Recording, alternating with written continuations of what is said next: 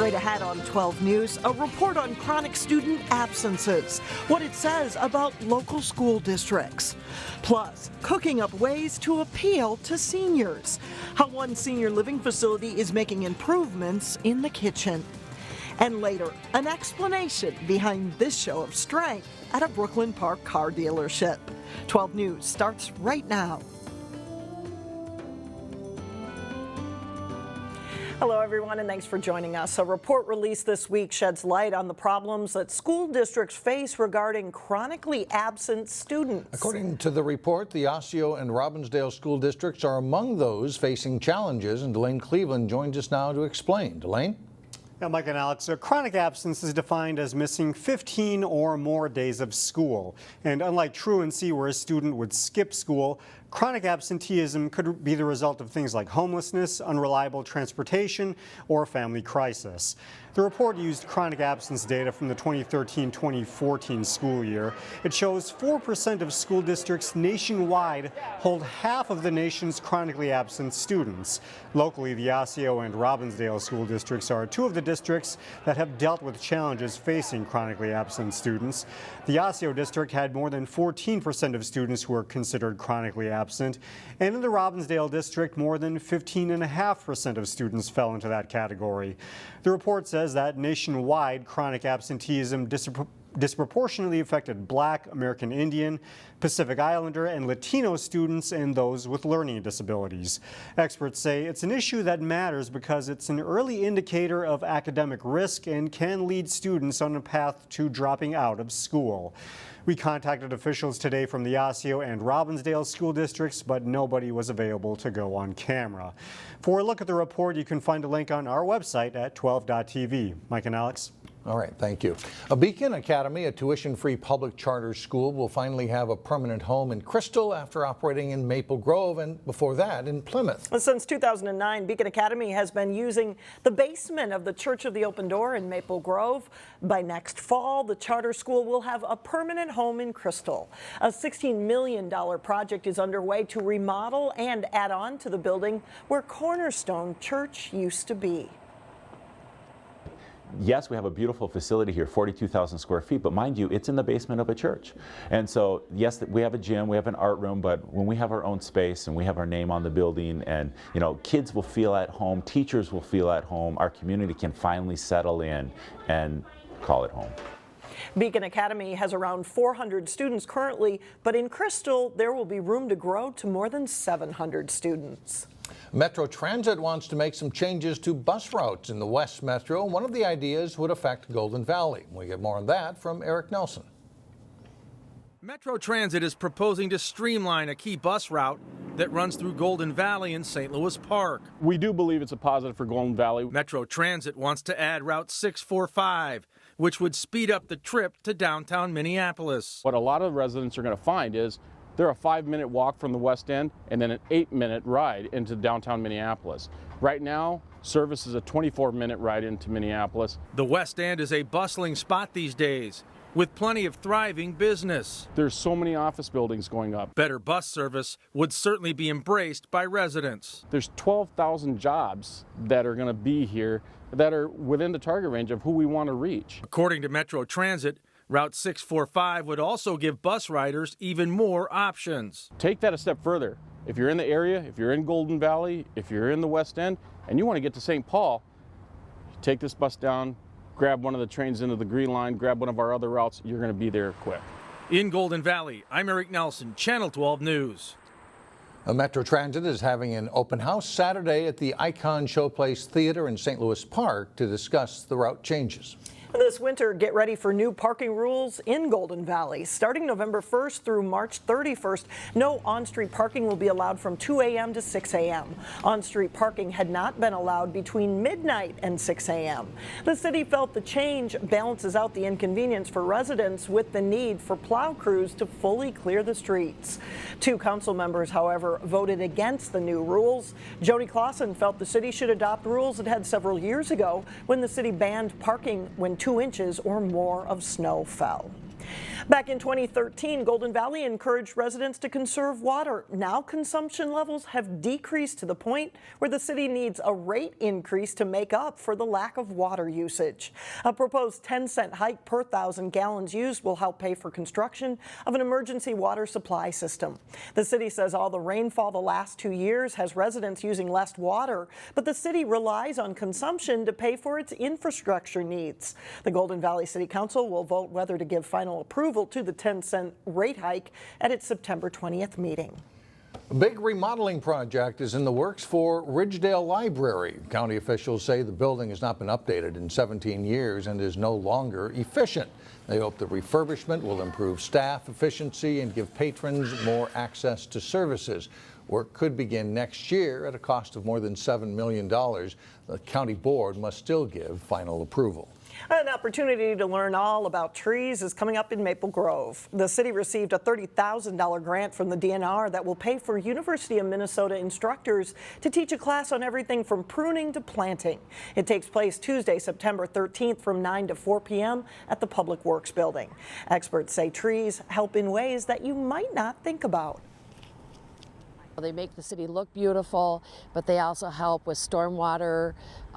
They help with the rains, so that it soaks in. They put oxygen in the air for us. It just is unlimited what trees do for us in our community.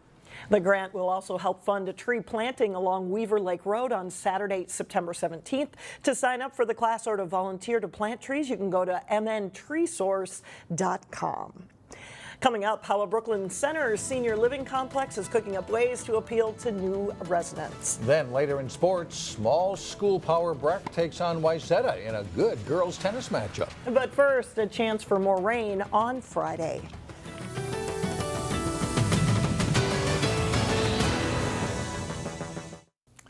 As baby boomers reach retirement age and beyond, there is a growing need for more senior housing. Senior facilities are also offering more amenities to draw in future residents. Reporter Shannon Slatton explains how a Brooklyn Center complex is upping their game in the kitchen. It's very good, yes. If the way to someone's heart is through their stomach. Sorry, talking with my mouth full.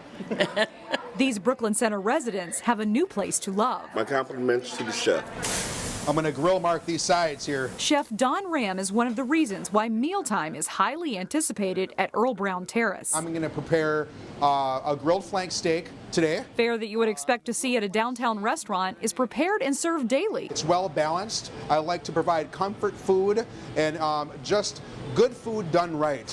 Kind of putting a plate together here. Chefs like Don are seeing the growing senior housing market as a new frontier for their services. We're bringing a 4-star, sometimes a 5-star restaurant experience here and delivering that for you. Delicious. It's fresh, made daily. You might expect that service and quality at upscale senior living complexes, but it's also becoming a priority at places like Earle Terrace. Hello, how is everything okay for you? The affordable, assisted, and independent living facility is under new ownership, and one of the first items of business was beefing up the food service. Taking what they've done before, which was great, but we're kind of taking it a step ahead and beyond. I love doing what I do and making the seniors and residents here feel really good and comfortable.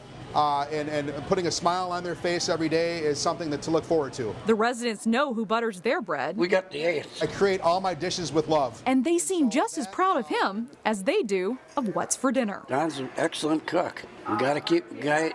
That's why more places like this should have people like him around. Gracias, buddy. In Brooklyn Center, Shannon Slatton, 12 News. Let's make a plate here. Coming up, a test of strength at a Brooklyn Park car dealership. But first, pro angler Terry Tuma has his final fishing tip of the summer. John Jacobson has that and more next in sports. Well, a couple of teams that always seem to put a strong tennis matchup out there on the court, and this was no exception. Yeah, good talent on both sides, and a pretty good match here the other day. Wayzata and Breck are usually two of the top girls tennis teams in the area. They met up in a big school versus small school match Wednesday at Golden Valley Country Club. Highlights from this one double. Sydney Stern serves for Wayzata, setting up a volley winner by Sam Stevenson. and they win their match in straight sets. Number 2 doubles, Ivy Garvis with a return for Breck. Katie Schmoker finishes the point with a volley winner, and they take their match in 3 sets. 1 singles, Paige Olawu in the near court for Breck. Ava Marco for Wayzata. Olawu coming to the net for a volley winner.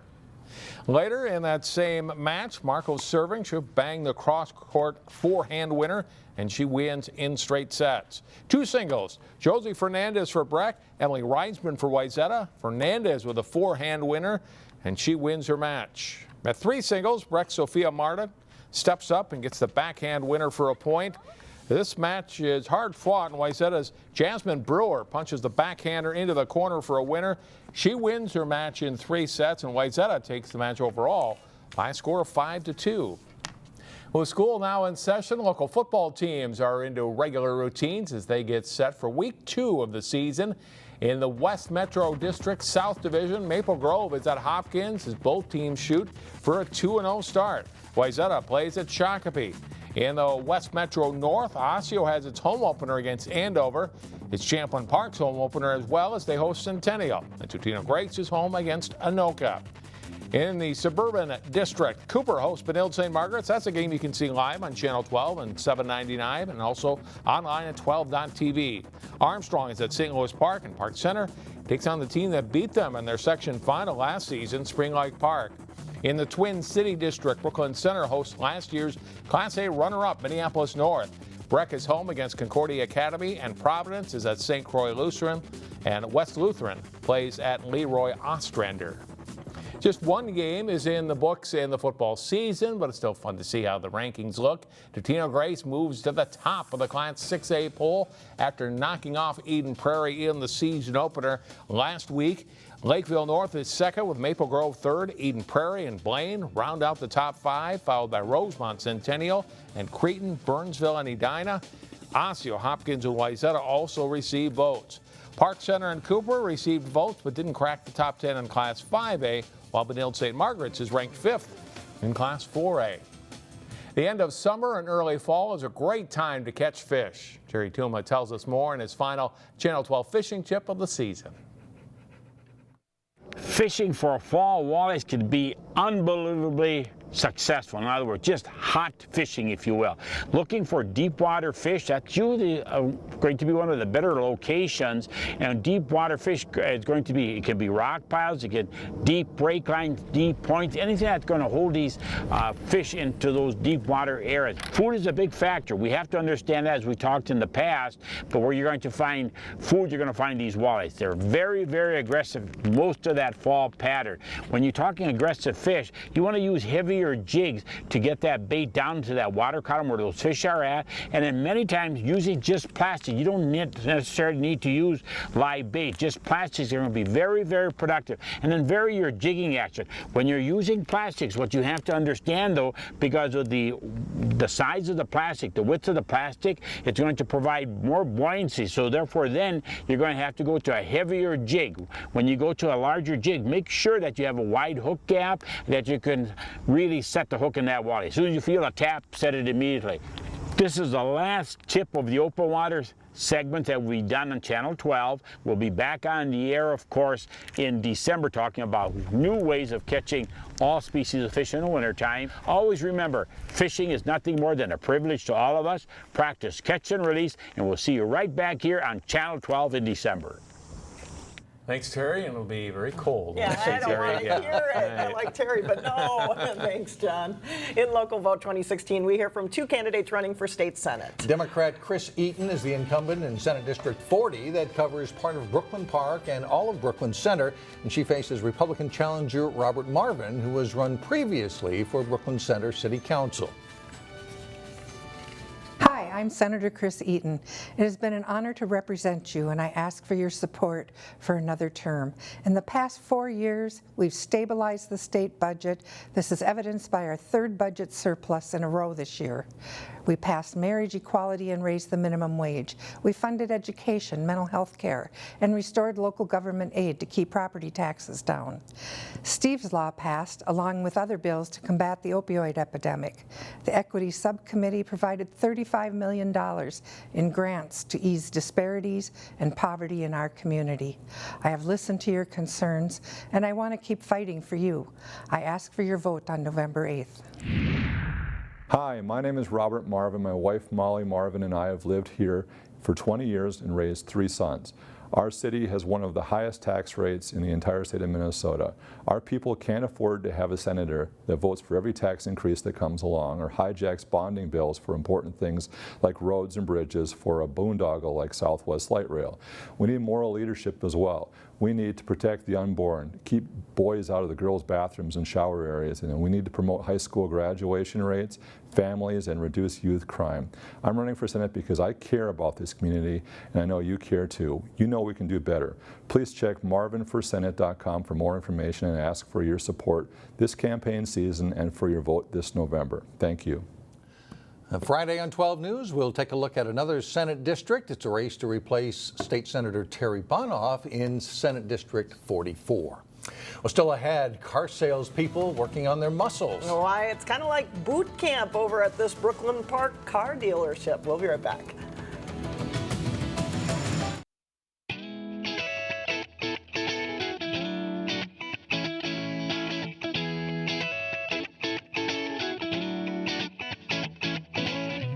Well, finally, if you stop by a Brooklyn Center car dealership this week, you're likely to find what looks like a boot camp. It is all about an effort to raise money for veterans who are struggling. So I think the least that we can do is drop down and give them 22. So with that note, get on your faces. And try and do it together. Ready? Begin. 1, 2, 3. Better listen to him. 22 push-ups every day. That's what staff members at Luther Brookdale Honda are taking on to raise money for counseling services and other suicide prevention programs for veterans offered through Lutheran Social Services. The Luther Automotive Group is donating $22,000 to the effort, but it's asking its employees to match the effort with 22,000 push-ups over 22 days. For sales manager Keith Ellenberg, who served in the Marines until 2003, it's an effort that's close to his heart. And it's not about us. It's about us just, once again, it's a camaraderie thing. I think it's kind of nice to get a little break from the day, get a little exercise, and also know why you're doing it. Since starting the effort late last month, the staff there has done roughly 1,000 push-ups. He makes it fun, I want to say. Kind of. Or fun to watch. Yeah. That's and right. They're good at it. They keep going. Yeah, I was impressed by that group. Yeah. That's all the news for us. Thanks so much for joining us. And we'll see you back here again Friday starting at 4.